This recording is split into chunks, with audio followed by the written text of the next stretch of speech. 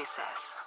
Common debt collectors violations. It is still annoying. People who probably call you on a day-to-day basis are the people who your lender sells the debts to so that they can collect the debt on their behalf. They call you.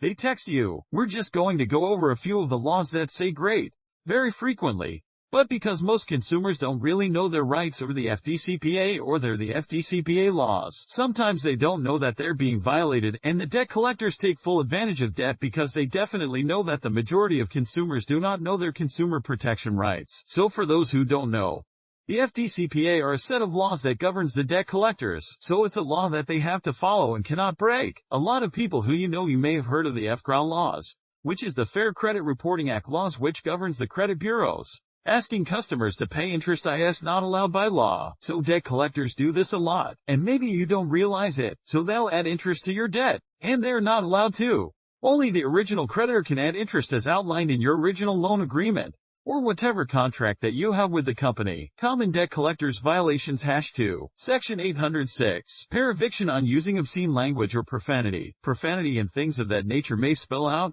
but that's illegal. That is against the law.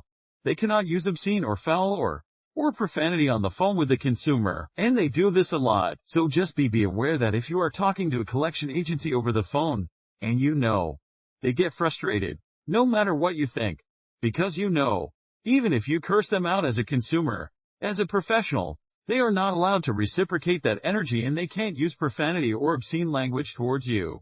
Common debt collectors violations #3. Debt collectors calling repeatedly or continuously. FDCPA recognizes that more than 3 calls per day is just continuous or harassment. They can't continue to call you more than 3 times in a single 24-hour period. That is at that point harassing. It's calling repeatedly. It's being continuous and annoying. That can be a violation of Section 806. Common debt collectors violations #4. Threatening legal action against you. Debt collectors don't have the power to garnish your wages. I know you're like, what?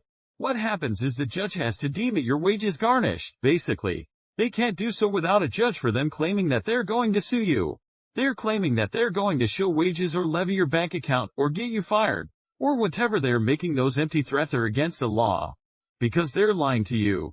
They do not hold the power to garnish your wages, to levy your bank accounts, to fire you or whatever, without a judge's consent.